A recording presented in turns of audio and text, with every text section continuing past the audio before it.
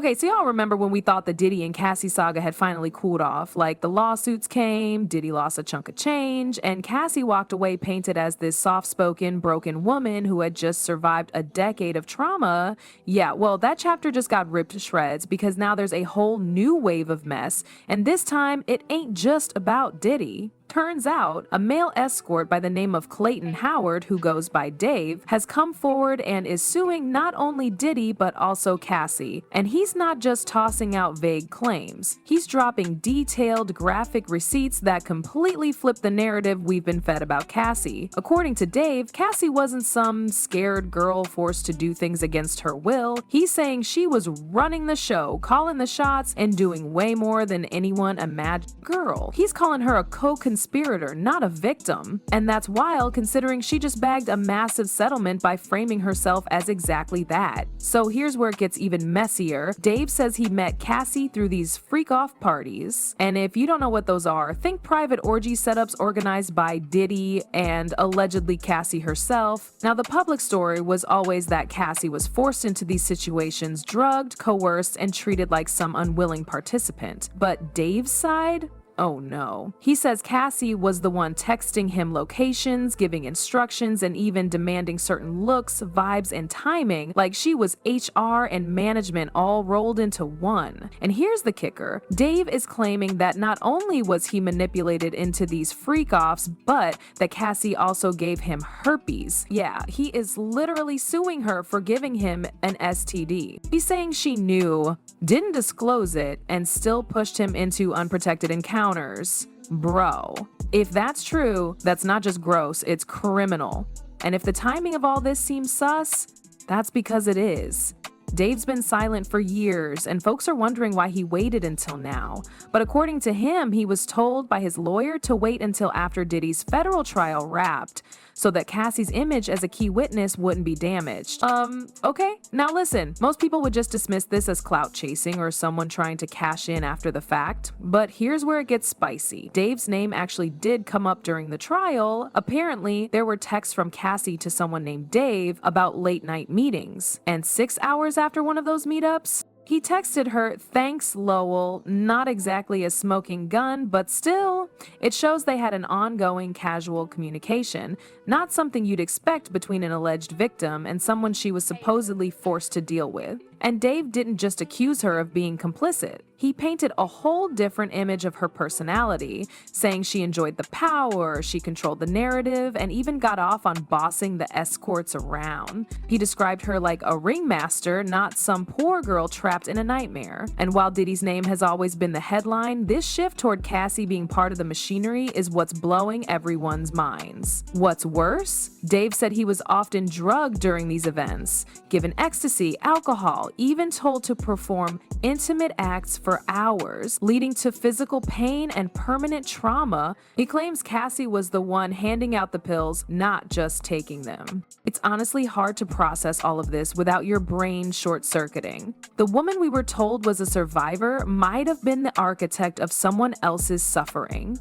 And that's not even the end, because apparently there's a pregnancy involved. Yup, Dave claims he got Cassie pregnant. And that's when it stops feeling like a lawsuit and starts sounding like an HBO docuseries waiting to happen. Cassie allegedly getting pregnant by Dave? That was the mic drop moment that nobody saw coming. He's not just claiming it casually, he swears up and down that the baby was his and that this wasn't just some random hookup situation. According to him, Diddy never touched him during the freak-offs, so when Cassie turned up pregnant, he genuinely believed he was the only possible father. And the reason he's pressing the issue now? Because he says that baby mysteriously disappeared and he never got answers. Now, whether that pregnancy claim holds any weight or not, it's the emotional weight of it that's stirring up the internet. Dave is talking about trauma, psychological manipulation, and being thrown into this chaotic dynamic between two celebrities who, behind closed doors, allegedly turned their bedroom into something darker than just kinky. He's saying Cassie and Diddy had this toxic power couple energy where control was the real currency, not love, not fame, not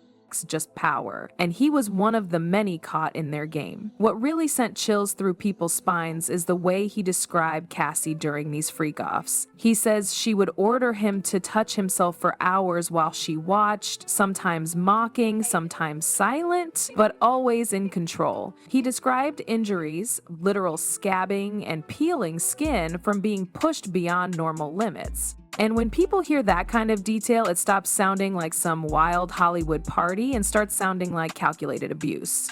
He also claims she forced him into situations he didn't consent to. One of the more disturbing accusations is that she allegedly made him have intercourse while she was on her period, something he says he was visibly uncomfortable with but couldn't say no to because of the coercive power dynamic. On top of that, he says this is when he contracted the STD, specifically herpes. He claims she never warned him, never disclosed anything, and kept pushing forward as if it were nothing. And if you're wondering why he didn't leave or speak out sooner, he says he was trapped. Financially unstable, mentally worn down, and intimidated by the influence both Diddy and Cassie wielded. He feared retaliation. He feared being blacklisted. He feared that nobody would believe a male escort going up against two powerful celebrities, and from the way the federal trial went down, he might have had a point. Because while the government went full force after Diddy, they allegedly ignored Cassie's role altogether. Dave says he watched the entire trial unfold with growing frustration,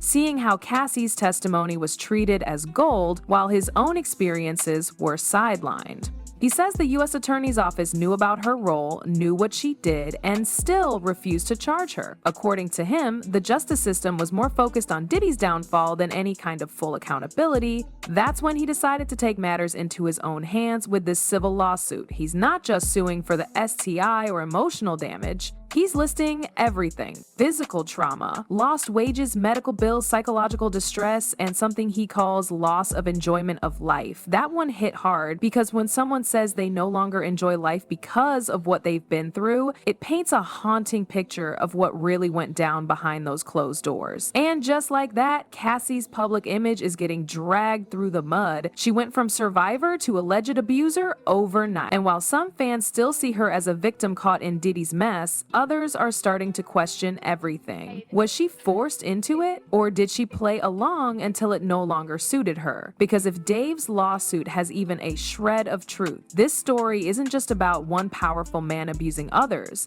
It's about a whole system built on silence, manipulation, and unchecked power. Cassie's defenders are scrambling. The internet's divided. On one side, people are doubling down, saying there's no way she could have been the mastermind behind something this dark. They point to her lawsuit against Diddy, the trauma she described, and the emotional wreckage she supposedly carried for years.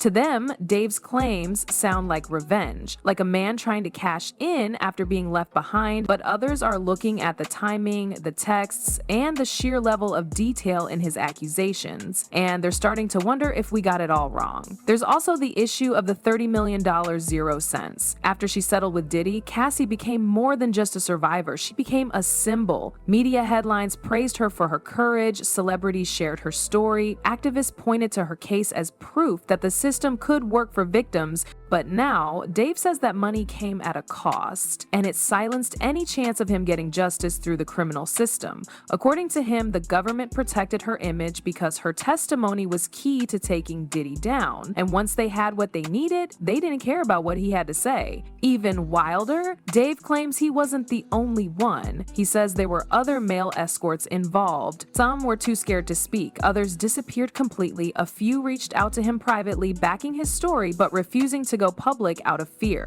He believes there's an entire layer of this case that no one's touched yet, one where male victims were either ignored or actively buried to keep the narrative clean and digestible, and now the court of public opinion is eating itself alive. People are digging through old photos, reading through transcripts, comparing timelines, looking for inconsistencies. Some are pointing to moments in Cassie's interviews that suddenly feel off, like maybe they weren't as vulnerable as they seemed. Others are warning against rushing to judgment, reminding everyone that trauma can be messy, contradictory, and complicated. But there's one thing nobody can deny anymore. This story is no longer black and white. Dave's lawyer, Tyrone Blackburn, is pushing for major damages. But this isn't just about money, it's about exposure. He says the goal is to force the public to confront a truth that's been avoided, that victims can also be abusers, that someone can suffer at the hands of one person while turning around and inflicting that same pain on someone else. And in Cassie's case, if even half of what Dave says is true, it means her role wasn't passive, it was active. It was calculated.